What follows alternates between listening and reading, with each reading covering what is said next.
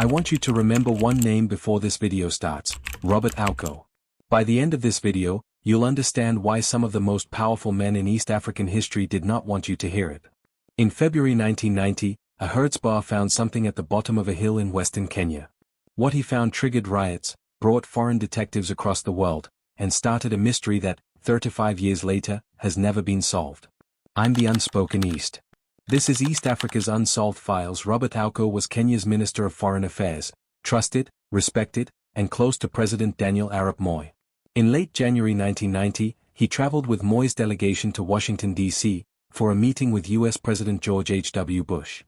Weeks later, rumors began spreading that something had gone wrong on that trip, an argument, a falling out, no one could quite agree what. On the night of February 12, 1990, Ouko disappeared from his home.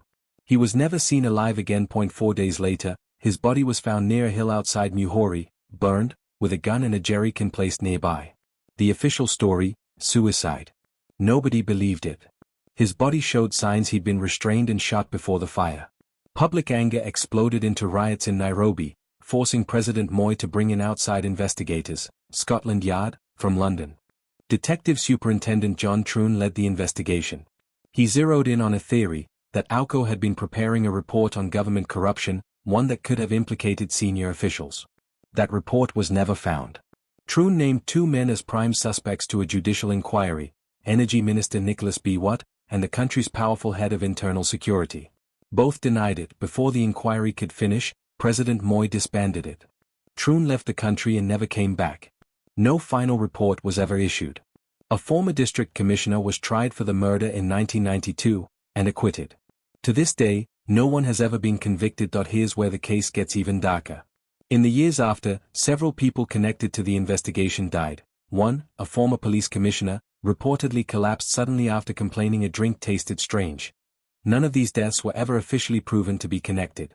But for a case already buried in suspicion, each one added to a growing question: how far was this being protected, and by whom? In 2010, a parliamentary report alleged Ouko was actually murdered inside one of Moi's own official residences. It called for the case to be reopened. Nothing came of it.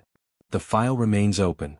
No one has ever been convicted. Robert Ouko's story isn't just a mystery, it's a window into how power protected itself in East Africa. And it's a reminder that in some of these stories, the people who might have had the answers never got the chance to give them. Next time, I'm covering a case in Uganda with the exact same pattern. 3 witnesses, 3 years, 3 deaths nobody has ever explained. If you want more of these, subscribe. This channel exists to dig into the cases East Africa doesn't talk about enough.